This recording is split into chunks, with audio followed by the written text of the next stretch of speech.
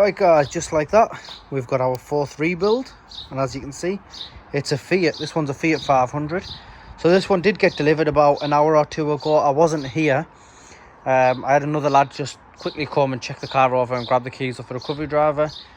One thing he did tell me is he goes that the engine doesn't run, which I'm hoping isn't the case. It might just be a flat battery, because it was a running drive, this car, and that's the main reason why we went after it.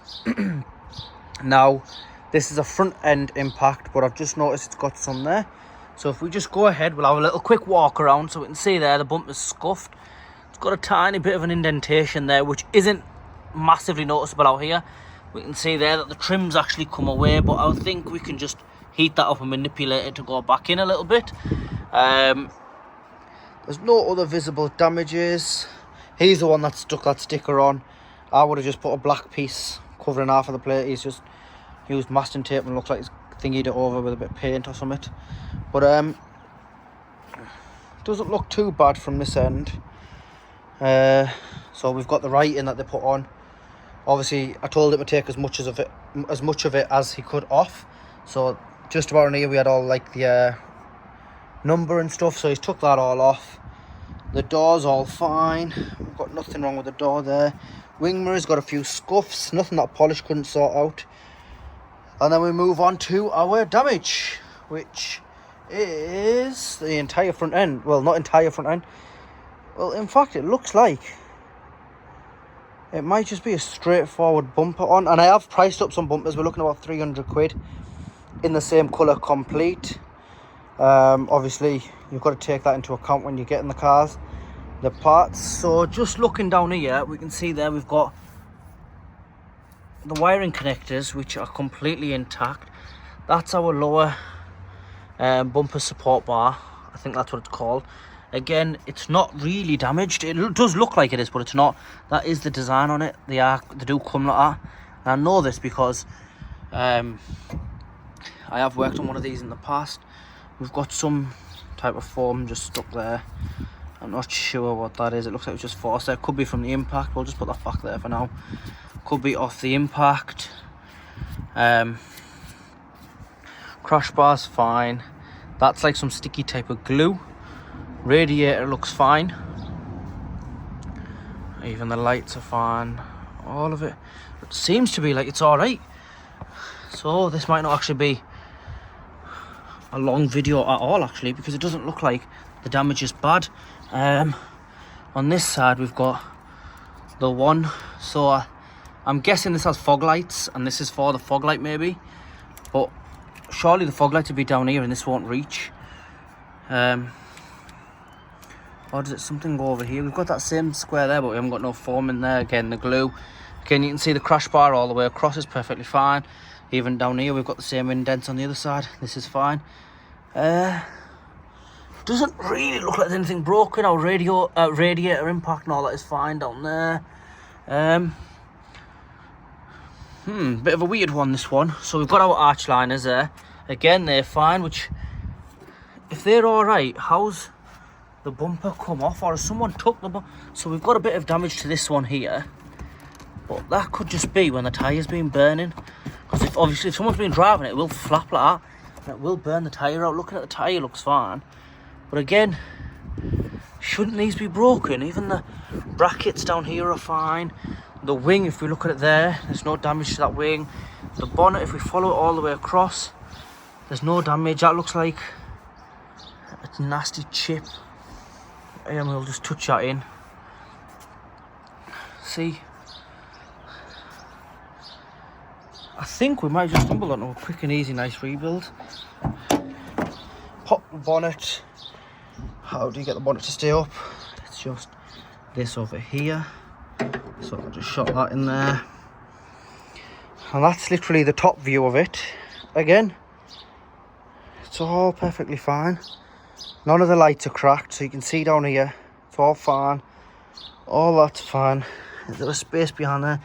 Yeah, this doesn't move it. Well, it does move a little bit, which obviously it's got to, but it's not, you know, touching. It's all clear. Fan spins freely. Now this is dusty, but there isn't any open points of cleanness, so let's say like that was a bit clean, you could see, right, someone's done something here, that's why it's clean. This has got a nice even coat of dust all the way through. We have got oil just there. Now that could be, looks like it was coming off that pipe, but it doesn't look fresh. The engine seems a bit warm. So just here, touching this metal here, it seems a bit warm, which doesn't make sense because he said the engine didn't run. He said to me it does not start. So how the hell is the engine warmed up? But just off the top, the engine looks fine. Battery terminals, are they all? That's tight. That's loose. But to tighten it, it's literally just you push that down there. Right, that's not going down for some reason. Like, might just need cleaning up, but that is a bit loose. But again, why is the engine warm when it doesn't fire up? So it looks like we just need a bumper, but obviously we need to figure out why it doesn't run. Now, with it not running, I'm happy that no one's messed wrong with the battery, the fuse box. This hasn't been off because those marks, I've just put them on, which means no one's investigated any further. So there's no bod jobs to say. So if we just go over to the actual car, and I've just seen something inside the car. So that is a bumper, and this has got very strong like petrol fumes. Won't be petrol, I know what it is. It's nothing to do with the car actually. Let's open the boot up and just check this. Okay, so we've got more parts inside the car. We've got a fog light that's got, oh, it's missing a massive chunk out of it, so we can't reuse that. But looking at that there, so we've got them lights there, and then we've got this, but this won't fit in now. But I've got this as well. Right, so that green green connector goes into that, so this belongs to this car, and there's no damage to it, it's just come apart, and all it's held in by is literally glue all the way around. So all we'll do is clean this glue up, and we'll use a stronger, better glue to, you know, hold it in place. But we've only got one light by the looks of it. We've got a bumper which seems like it's in good condition, so like it is a bit scuffed, you know, here and there, and obviously the shape's a bit moved about because of how it is. And then, oh yeah, we've got a crack there, we've got a crack there. I could plastic weld that one. Probably wouldn't have that. Actually, I think I'm going to go ahead and reuse this bumper, even though that's cracked there. It's not a massive impact to it. The number plate's broken, I can see that there. So that number plate's broken, so it's going to need a new number plate. But if we just go ahead, and can we get the bumper out anymore? I can't get it out anymore because I can't grab it. But we'll go have a look at it from the other side. I just want to have a look, if we've got any more parts in here. Oh, right, okay. We've got loads of mud in there. Every car has a different story, but this one's a bit baffling if you ask me. So we've got two lights, we've got that one there, we've got that one there. Glue is what seems to have come off. I've already showed you that one, which is fine. Let's have a look at the back of this one. Again, it's fine. Oh, let me just check one thing on the bumper. There's the other plug. So, no, the tabs are fine as well. So we've got tabs down this side. You know what? Oh, shit. Oh, it's alright, just made a noise. I didn't break anything. I broke something there. Right, let's grab the key. Let's go inside of it and have a look at this side of the tabs. So we're looking at the bumper from this side. Again, stone chips and stuff, and it's unclipped from here. Like, that's flapping about, but they literally just push in, like, you need that. I fixed that. I fixed that in the first video. We've got a little bit of paint crease here. Again, nothing major for the car. The tabs are all right there as well. So nothing's ripped out of its place. We need to get the bumper inside and have a look at it. But just looking at the car there, so this is what the interior looks like.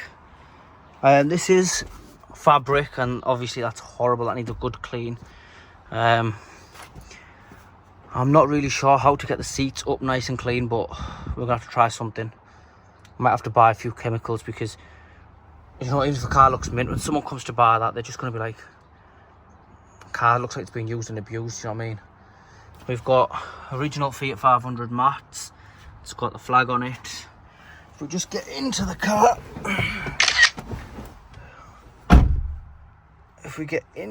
I'm not sure what happened there. We've got an Android screen.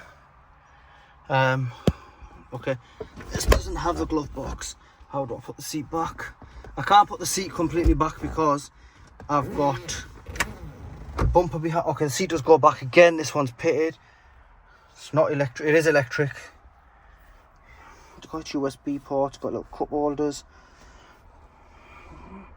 There's a pound just down there, so the car's already starting. There's some money in there as well. So let's find out why he said to me the car doesn't start. So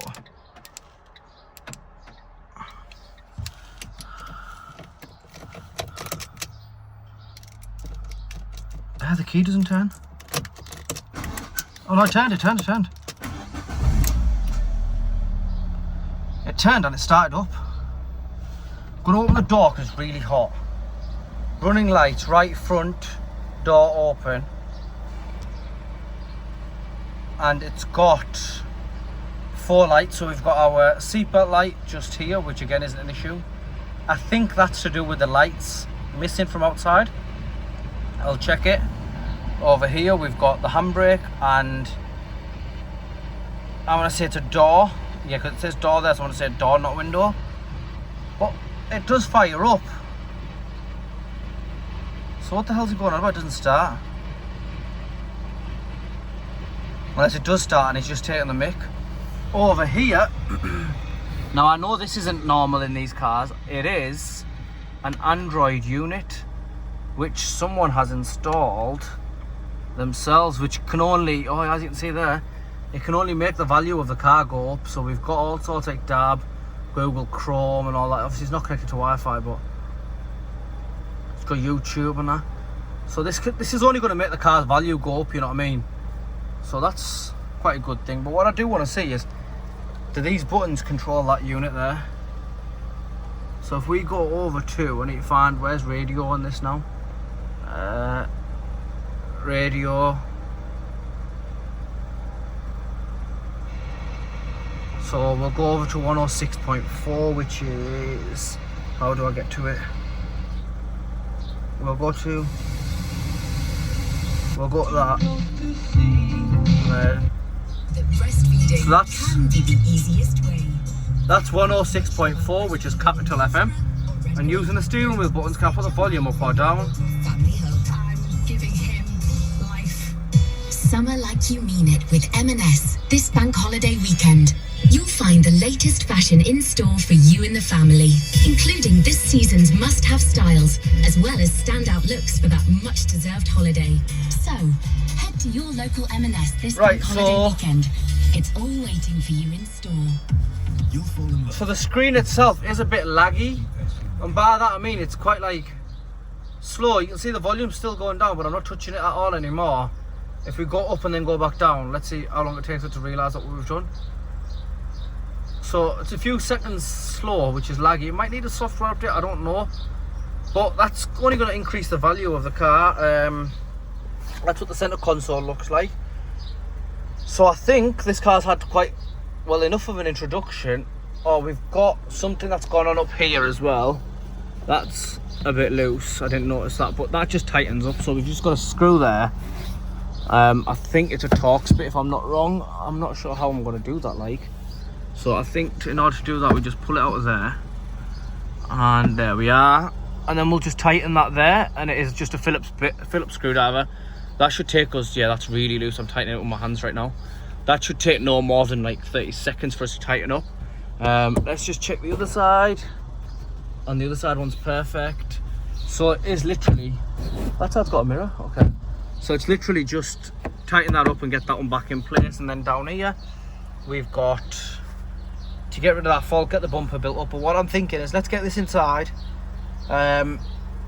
figure out what's going on with all the screws and stuff, and then we can pull the parts out of the car and have a look if we can figure out what's going on there and start getting this car repaired up, and we can bang it on for sale quickly.